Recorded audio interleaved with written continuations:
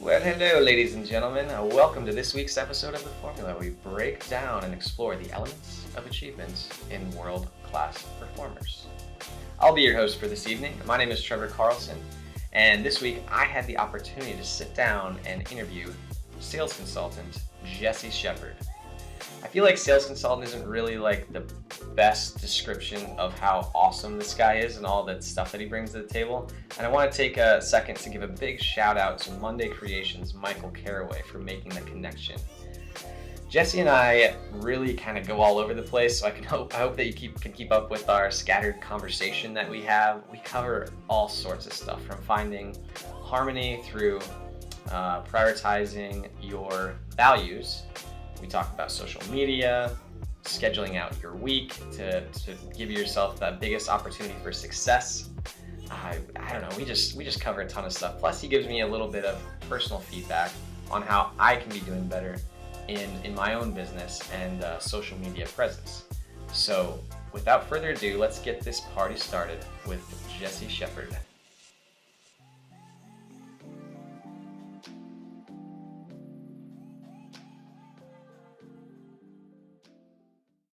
So Jesse, if somebody came up to you and they were looking for advice to get started achieving balance in their life, where would you tell them to get started? The first thing I would do is I would acknowledge there is no such thing as balance if you have an overarching goal you're trying to achieve, that's above and beyond what, the average are doing. First, acknowledge that you may not be able to achieve that balance, right? It's more going to be a harmony. How do you balance that harmony between what you want and other things in your life? And then the second thing that I immediately evaluate, I go immediately to my values. And I would suggest to the people listening, if you have not set up like a core list of 3 to 5 values, do so. Google a list of values and traits and pick the ones that resonate best with you. And the reason why you do that is because that allows you to build off of your why, and your why drives everything you do. It's not money, it's not a Lamborghini, it's not things like that. Those things really fade. At the end of the day, when you're grinding for 12 months, working on a business or whatever it may be, a degree, your why is what pushes you. And it's very important you know what that why is. And the only way you get there is by establishing those values. So the first thing is know your values, know them, understand them. If you haven't done that, establish those values. Mine, for example, are faith, love, discipline, and perseverance. And I noticed those trends and what I gravitate to, and that's what pushes my why in a lot of cases, and that's what I go forward with.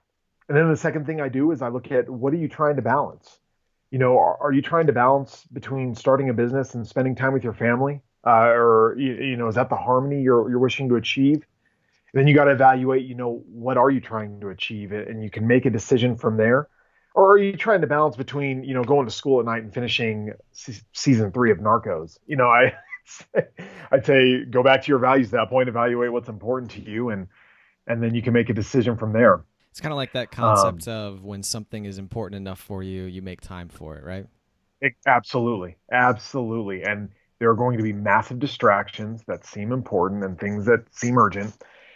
You've got to, again, fall back to your values, look at your overarching goals that you've established, and kind of reset your bearing, look at your compass. How do you prioritize your values once you've figured out what they are? That's a good question, and I think it depends. There's not a cookie cutter response to that. It depends on the person, right? So, mine's pretty self-explanatory. It's faith, right? Well, for other people, that might be, by the way, integrity is not a value. If you're writing integrity down and you're at home, it's it's not a value. These Fortune 500 companies that put it in there do it to, kind of shortcut it. But maybe it's sustainability. Some of the people I've spoke with, I'm in Colorado and spend time in Boulder because of school, and it's sustainability. And so that may be what's important to them because that's the overarching theme in their life. Place that first, or that's where, again, we go back to the why. That's what really drives you, to put that in the number one slot. Know what you're willing to sacrifice. I think a lot of people go into this balance and harmony conversation, and really what you're deciding is, what am I willing to give up to achieve a goal? And if that's nothing, if that's just security in a corporate job, you want to go work 9 to 5, work your way up the corporate ladder, leave it there. That's great. But if you want to go beyond that, then you have to have an honest conversation with yourself about what am I willing to sacrifice? What am I willing to leave behind? Okay. Because in this balance, things are going to have to fall off. In this harmony, things are going to have to fall off. Know what you're going to lose. And it may be people, it may be friends. Sometimes it's even family. Acknowledge it, write it down, own it, and then you can move forward. I think a lot of people move forward and don't know or don't expect to sacrifice or lose something. Man, depending on what you want to do, that is not the case. It's almost as if do I, like you said, Narcos, right? Like, what's more important to you in the long term? Is it finishing Narcos, or is it finishing this chapter of the book that you're writing, or is it making the extra 5 sales phone calls or emails? Is that kind of the comparison that you're making? Like Yeah, and oh, sorry, go ahead. long game versus short game. That's all I was thinking about, really. 100%. I try to put everything in that context, and the litmus test is if it feels good now, it's probably short term, and if it doesn't feel good, and it's kind of a grind, it's probably better in the long term. So how did you kind of come up with this formula, for the lack of a better term, for yourself? Like, what was your experience like that allowed you to really come up with this process for finding harmony?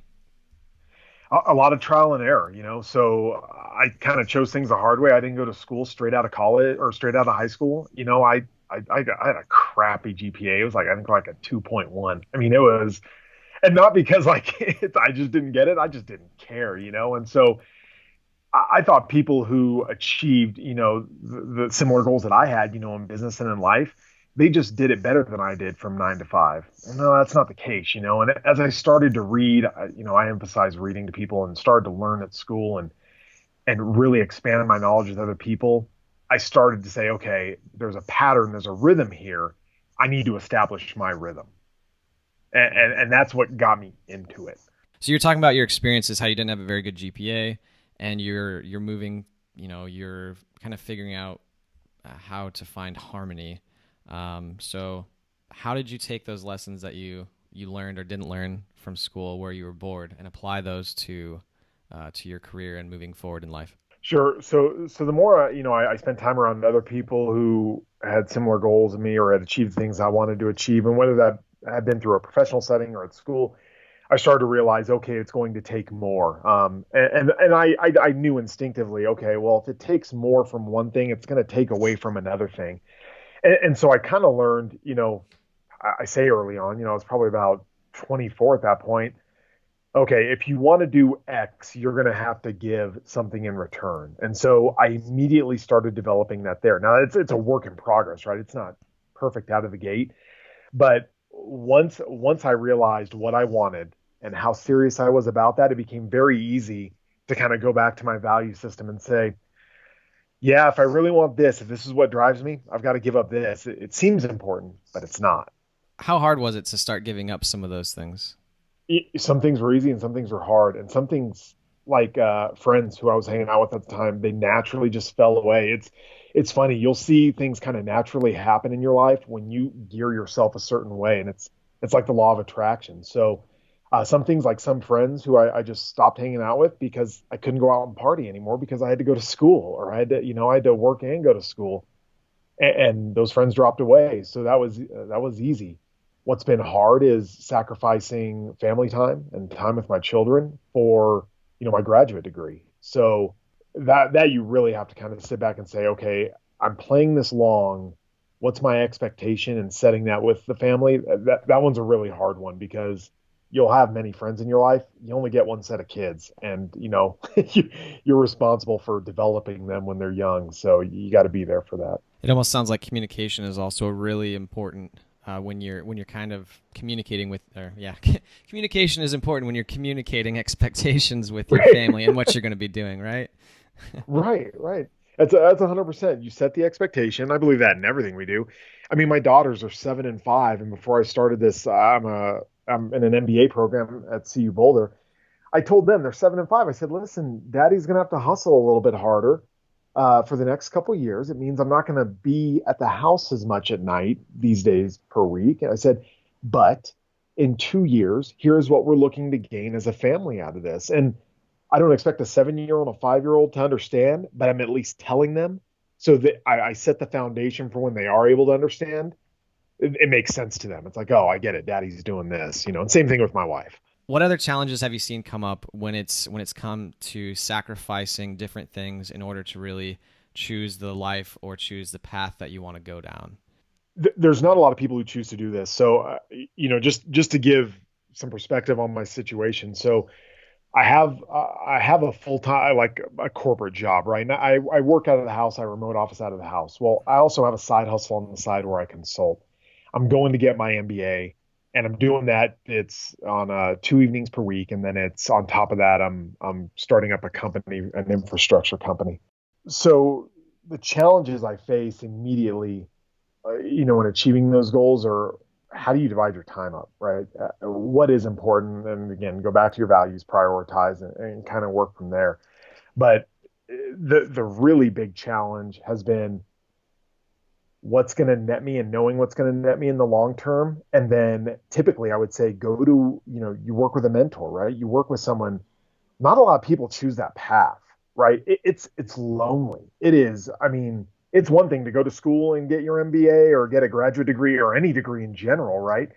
But it's another thing to say, okay, and I want to run a little side gig and start up a company so I have the funds for it. And it's like trying to find the appropriate mentors and people who are on that same wavelength who want to hustle that hard is difficult. I'd say that's probably one of the biggest challenges. What are the biggest takeaways that you found when it comes to finding a mentor?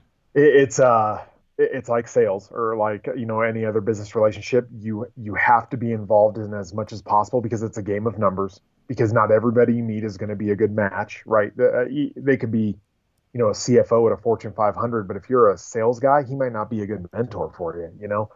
And so getting out there, doing events is why I'm such a big fan of being at a college, because they put on so many events. They have so many resources to get you in touch with the proper people. Leverage all those you can. If you're out of school, if you're not in school, co-working spaces. Co-working spaces are great for putting on events and entrepreneurial organizations in your city, and hit those events as much as possible. Yeah, so you mentioned something a little bit about sales there, and one of the stories that you shared with me in our introductory call that we had, and I think it was last week or something like that, you kind of talked about how you had some success with your consulting business, turning around. Was it a construction company or something like that with sales? Forgive me for not remembering the exact details, but I thought the story was really fascinating. The overarching lesson behind it. Would you like to share that story and maybe some of the things that you learned in the process? Yeah, absolutely. So you're right. It's a construction company that does large capital projects for even, larger, like, renewable energy projects or, power stations, really big contractor like that. And they were running into an issue where their growth was coming at a major price in their time and in their energy. And it's a company full of a lot of, they've got engineers, they've got project managers and people running bids and estimates, but they really didn't have a true sales team. And so what I was able to do, and again, this isn't a cookie cutter answer. This was specific to them, is I was able to identify, you have nobody attending to the needs of your customers or serving the people who are paying you. And serving is kind of the overriding theme here in anything I talk about down that path. And it's like, how can you better serve them? What do you need to do to get a bigger share of their wallet, right? Because that's kind of the end game with your active customers. And so, I mean, in 10 minutes, in this case, the company, like I said, they really didn't have a sales team. So in 10 minutes, just walking them through, here are some things you can do as far as visits, face-to-face time, things you can put in place to ensure you're always in front of them and they know that you bring them the most value. And out of that 10-minute conversation, they were able to go out and have some face-to-face meetings, and they won 10 million more in projects, which represented 50% in growth for them, over that fiscal year. So did that touch on all the points you were referring to from our previous conversation? Oh, absolutely. I mean, I think that's if nothing else, that's a representation of really, I think that the sales skills or whatever you want to call them that you bring to the table, which brings me to another question I had, which is, what are the materials or tactics that you brought to the table at this organization that maybe other people could learn from and bring to their position or their company? So from the perspective of business development or sales, your first job is not to sell. I mean, you're held accountable to that result, right? And so the first thing, I tell other people are you are there to serve in the capacity that brings them the most value. Now you've got to figure out as a consultant or as a business development manager or a salesperson, what way you can serve to do that. Okay. But keep that in mind is that you're there to serve and take that attitude going forward. And here's what happens when you do that. When you take that attitude, when you say, I'm going to serve in this role or in this position, I'm going to do these things, and I'm going to expect nothing in return, right? Because you know that if you serve people like that, and if you provide them with that value, the things will happen in return. They'll buy from you, eventually, even if not right away. And so acknowledging that going in and not immediately expecting things in return when I hit the ground running or when I go meet with a customer. I mean, usually the first time I meet with a customer or, a group or have a meeting, I don't ask. I don't ask for a thing. I talk about their kids. In fact, the point I try to get to is I will talk about nothing relating to what I want to sell until they say, well, what do you have for me? You know what I mean? Like they kind of say, well, man, we've talked about me this whole meeting. What about you? And then it's like, okay, well, here's what we do, and I establish that relationship in that way. I have a couple questions leading off of that because I feel like one that could be applied to like just relationships in general, whether that's interpersonal relationships at work or at home, dating with your kids, all kinds of stuff. And then the other, so I'm gonna table that one for a second. We're gonna come back to it. But the first one, Sure. The first question that I want to ask is, what does it mean to, you say serve and you say provide value? I hear a lot of people say that, but they're doing it in the context of they're expecting that eventually they will get something in return out of it. They're like, we need to provide value, but it's like, what does that mean when you say serve and provide value? Because I think you have a different meaning to it than some of these other people that kind of throw that term around without actually understanding what they're saying or doing. Right. If you aim to provide value and immediately expect something in return, then you're not providing value. Okay, your value proposition is probably crap at that point. Because the true test here is if you can provide a person, a company, a team with value, okay, more value than they could ever provide you with money, right? Because you're providing them a service or even a product that allows them to do something. They will automatically come back to you with that. And again, the test is do they buy from you? Do they engage in a relationship from you? And that's where it's different. People aim to provide value and then immediately expect something in return in the same meeting, in the same day. It's like, no, bring them the value, show them, here's what I can do for you. And that's back to this servitude, right? Here's what I can do for you.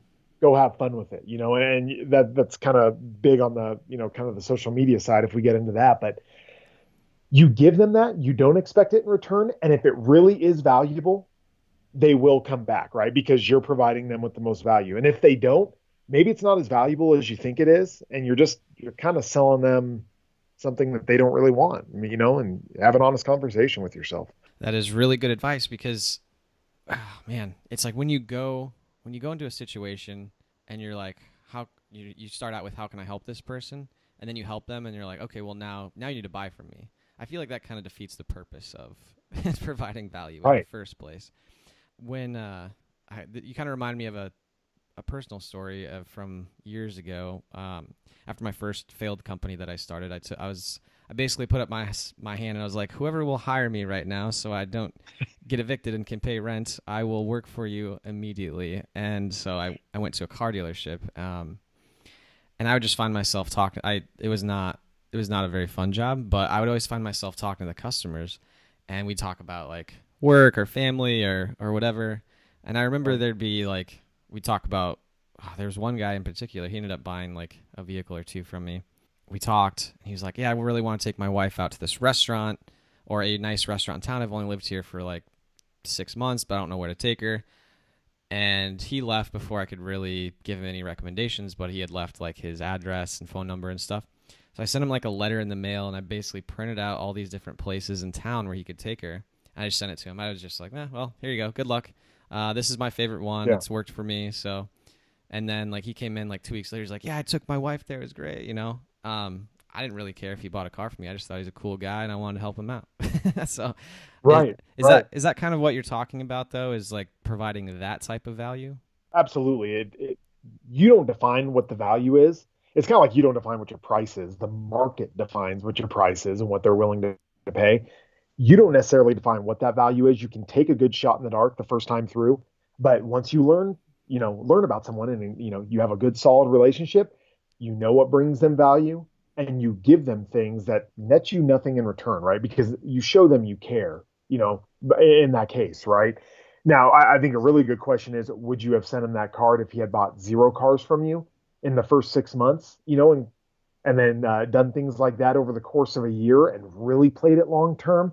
Maybe not, because some businesses, they just don't have the capacity for you to take that long to make a sale with one person, right? It's on to the next person. But you're absolutely right. It's they define the value, you bring them what they see as value, and you make yourself the person who brings the most of it. It almost just sounds like being a good person and treating people like people instead of like customers. Who'd have thought? Who would have thought? Oh, so weird. I mean, that's such. Right. It's a crazy concept, but it gets away from you in business. And I get it, especially big companies. But I think the companies that are really going to succeed, especially going forward with the millennial generation purchasing more and more, is you have to get down and engage one-on-one. This billboard stuff ain't going to cut it anymore. People just want to be, they don't want like some generic label. Well, that's a hipster, baby boomer, millennial, whatever. They want to be treated a little bit differently than that, instead of just being like, well, you fit in this box, so this is what you get. Right. And here's why. Or go ahead. No, you're fine. I was just trailing on, so go on. Here's why people expect that, is because we have that ability through technology and data now. And it's like, if you're in the position, if you're making these decisions on your personal business, your side hustle, or for a corporation, stop being lazy. Go research your customers, because guess what? They put their lives on these social media platforms. Most of your customers, or the companies you would target, they don't have to be big companies. They put everything they can on these social media platforms to put themselves out there. So take the 4 hours and go learn about them. Learn them, watch their behavior, really, really care about who they are, what they do, and what they care about. And you can succeed with that. And you know why? Because they know you can do that too, subconsciously or not. And if you come with some generic thing, it's lazy, right? It's just lazy. You have to get up and do more than that. I couldn't agree more. And now I'm thinking about all the different things I could be doing better. So thanks for Right. thanks for bringing that up. I'm Right. like, shit, am I actually providing value through my social media stream, or am I just like blasting stuff out there and hoping somebody pays attention? Right. Are you giving something you want to give, or are you giving something people want them to give you? Yeah. So let's bring it back to the outside of the business world, or maybe it's still in it, but like what did you say? Not providing value, serving. So do you find that the application of serving people in a sales role and doing those types of things in other relationships, is there a lot of crossover? Does that have a big impact on those? What is that? What's that process been like? Because I'm assuming there's probably some crossover there. Of like the idea of serving others across, you're saying across, whether it's business, personal, whatever it is. Mm-hmm. Yeah, absolutely. I mean, that should be a recurring theme, and that's hard. I mean, I'm talking about like it's super easy. It is real hard to have, the attitude of like a servant, or to serve someone when they invoke your pride, or they try to, because you're going to run into these situations, especially in sales, where your pride gets challenged, and then someone pushes you to that brink. And, it's hard to take a step back, and especially in the personal relationships. But it's valuable, because not only does it apply, we were talking about business, but from personal relationships to, if you're starting a business, or you're starting your side hustle, or grinding it out there, you want that to be consistent across all your platforms, because the world just gets smaller and smaller every day with how much you can put out there through social media and other things. And the last thing you want is an inconsistent, rep, or people see you inconsistently, because that can get blown up real quick. So, and not to mention, like you said, it's a good way to be, to help others out and serve them in the manner they will, because they'll return the favor, and that helps you. So, all right, I have a loaded question here now. So, Yeah. I've heard this said before. Do you have to, I already know the answer, but I just want to hear your answer. So do you have to be an asshole to become extremely successful in business? No, no. I think that day is dead. Yeah. And here's why. If you look at like, I'll go back to like the big Fortune 500, Fortune 1000 corporations. This crap that we see right now, where they just treat people like a number, that is slowly going to the wayside. And here's why: because with a laptop and a phone, anybody can start a business, and the people who you're going to be hiring, millennials or whoever's behind them, they expect different treatment than the people who, Generation Xers. And I think if you take that approach, you may see some success depending on the industry, and you may be great with it. As a general rule, I would say absolutely not. You're going to get what these other companies get, and I think it puts you in a trap. I don't think you want to, run your business that way. Right. It's something that I've heard a few times, and every time I hear it, I'm just like, uh, do you live in reality? Like, do you understand that your actions are going to have long-term consequences? What happens if your business starts to go south? Which one of these people are going to come like save your ass, right? Like, who's going to help you out if Right, if you're not exactly. if you're not being a good operator? Absolutely. And then why would they, right? Because, if you go to work and your boss is an asshole, he's going to get short-term results from you because you're going to do whatever it takes to not get fired. But you're not going to go above and beyond. And B, you're probably looking for another job, or, you're putting in your time elsewhere. So again, a long-term play is to treat people with respect, have some empathy. I'm a, big fan of empathy, like a lot of kind of, you hear a lot about it lately. It's kind of these high level CEOs are moving over to that model because it's far more important than just driving people to work as hard as they can.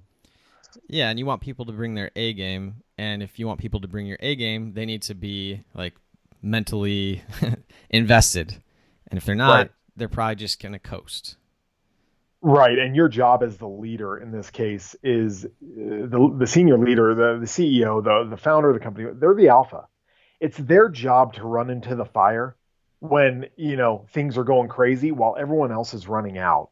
And I think if you show people that, if you let people walk out on a tree branch, to really get the fruit that's really far out there, and they know you'll be under them to catch them if that branch breaks, man, they'll tear it up for you all day long because they know you're there to catch them. You're not going to cut bait and run and allow them to hit the ground at full speed. They know your job is to serve them and protect them, and they'll do their job a lot better at that point, might I add. I feel like that. I feel like you could probably write like a short book on that and give it out to a few different leaders and organizations because I mean, it's tough. Right. It's tough sometimes, especially when you're doing a lot of stuff in like the online world because it's always changing. Yeah. You never know if something's actually going to work until you start doing it and then start really adapting and iterating from there.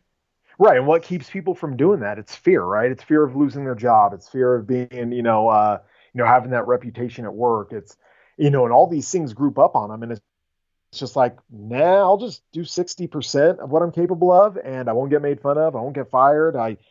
And it's like, no, I want 90% out of you. And guess what? If you fail, I'm going to be there to catch you and I'm going to take the hit on it. If you lose me $1 million, I'm going to take the hit on it because you're going to learn. And then the next time you're probably going to make me 5 million, right? There's going to be a return on that investment of catching you when you fall and not this, heads will roll mentality. So, but again, that's a long-term play and, companies, especially publicly traded ones, are not geared towards that.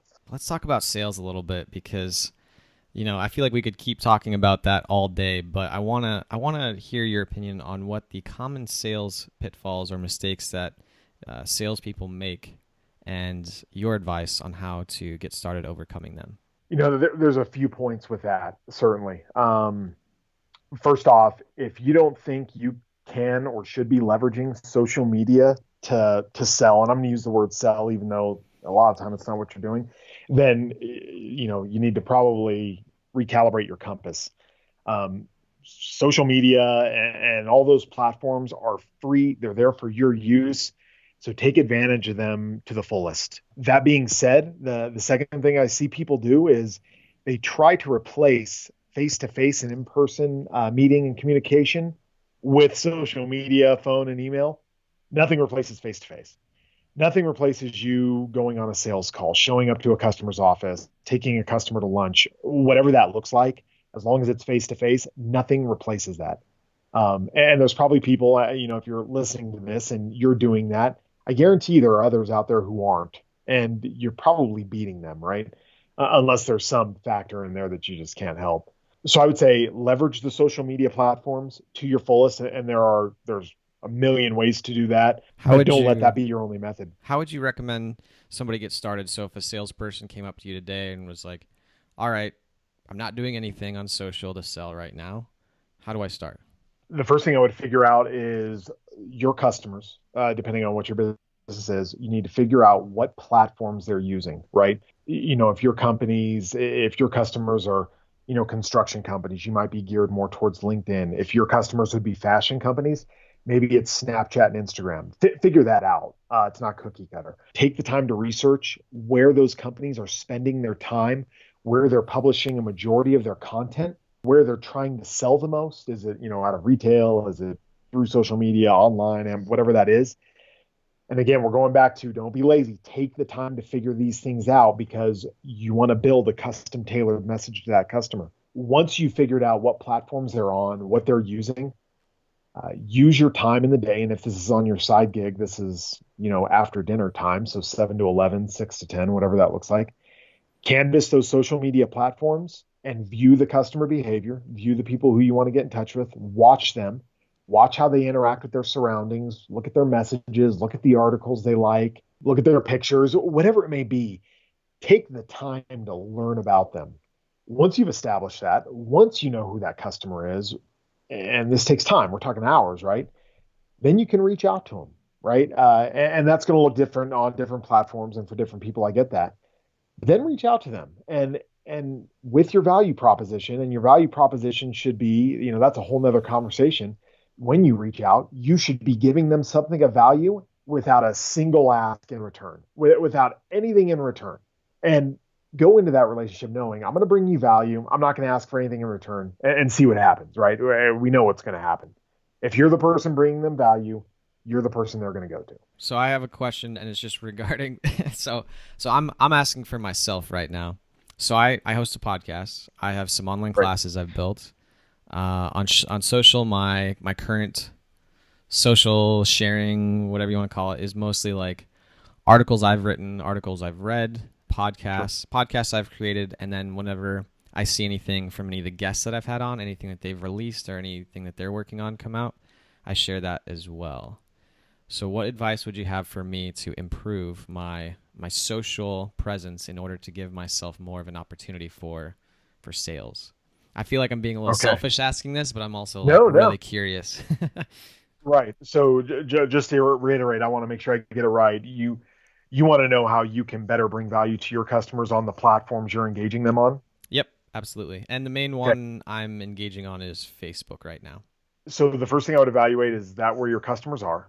Is that where they truly are? And have you asked that? Have you proven that? And they're probably on another platform as well. So I would figure out what they are on if it's 2 to 3, right? Then second, who are your customers? So do you really know who your listeners are, right? Because your customers are your listeners, right, to your podcast? Yep. Who are they? And I'm not sure what kind of analytics you can get off of the podcast. I'm sure you can get the analytics. Really dive into that and who is, who's listening, who's returning every week. What does that look like? And then how do I now engage them in a way on these platforms where I can get feedback and I can learn about what is valuable to them? Well, the only way to do that is to give them something and then see if they come back at you with anything, right? Because if it's crap, you probably hear nothing, right? Or someone actually says that this is crap, rare, right? But depending on the platform, but bring that to them in that way. Say, hey, here's what we're touching on this week because I know my demographic are these people, or here's the demographic I want to touch on. This is what's important to that demographic. Boom, here's an article on this, or here's an interview with this person. Check it out. Nothing in return. Does that kind of answer it? Sorry. No, you don't have to be sorry. It's all good.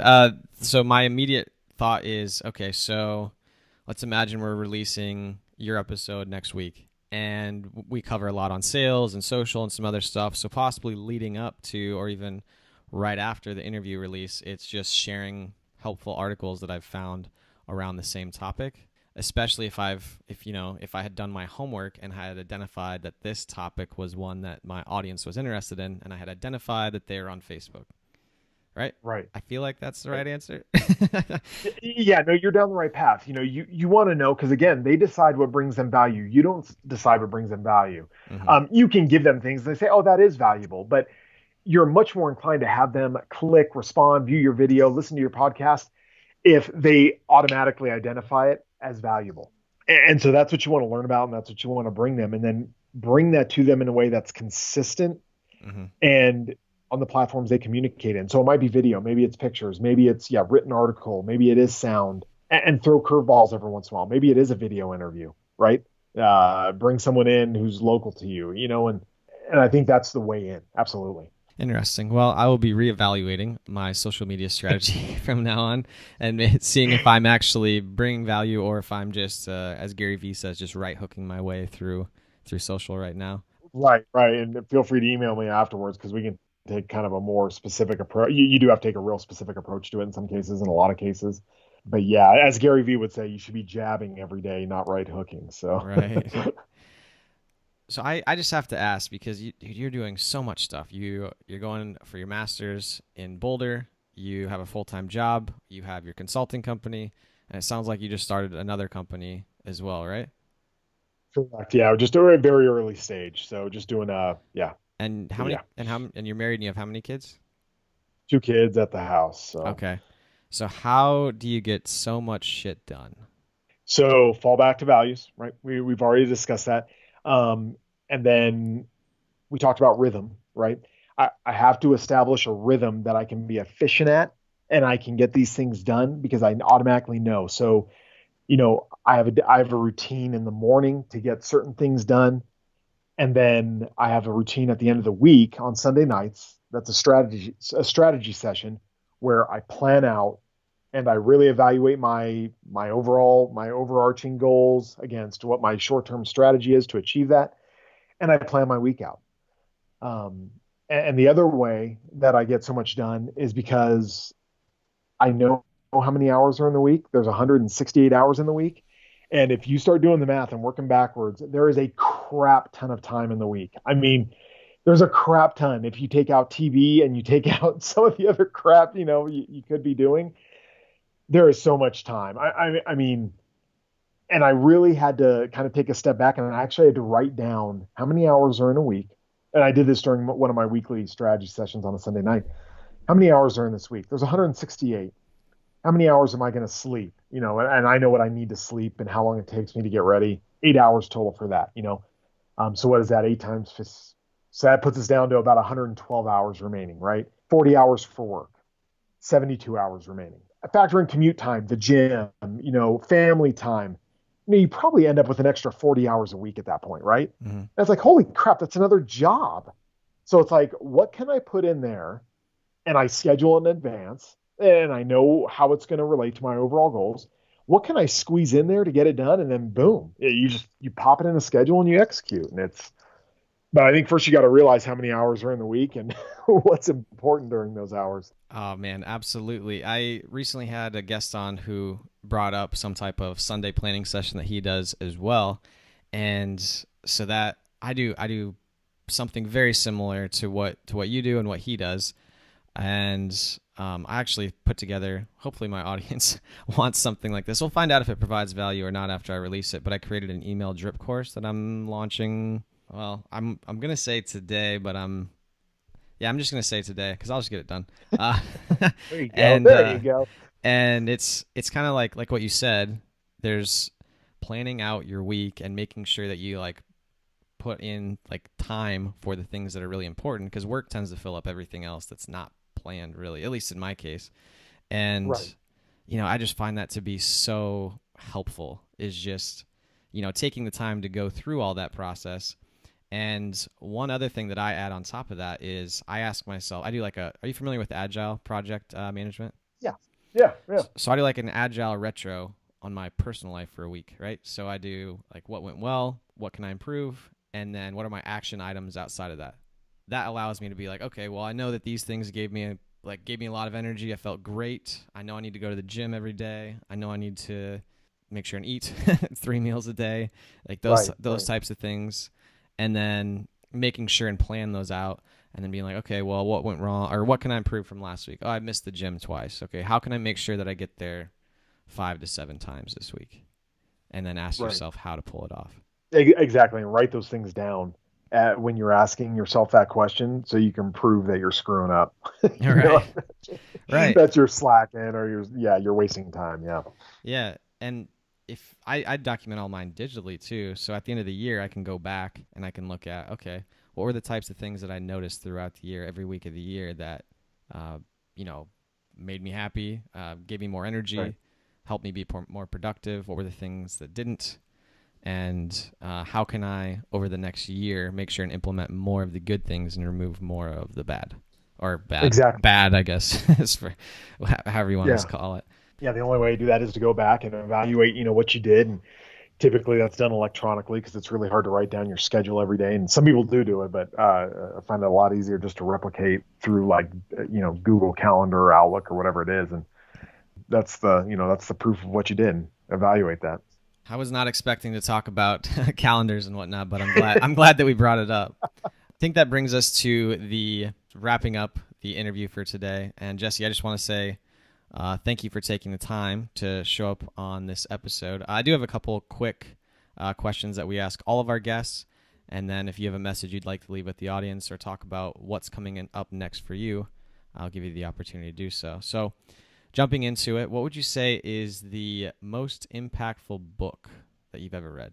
The one that sticks out in my head right now is a book by Simon Sinek called Leaders Eat Last. And it touches on kind of the role of the senior leader in an organization, the alpha, because I think a lot of companies are failing at that right now miserably. And that's not going to work going forward in the future very well. So I'm a huge fan of his work, period, but that book. I don't know if I've read that one, but I have read Start With Why, and I feel like that if it's as good as Start With Why, then it's probably a pretty solid book.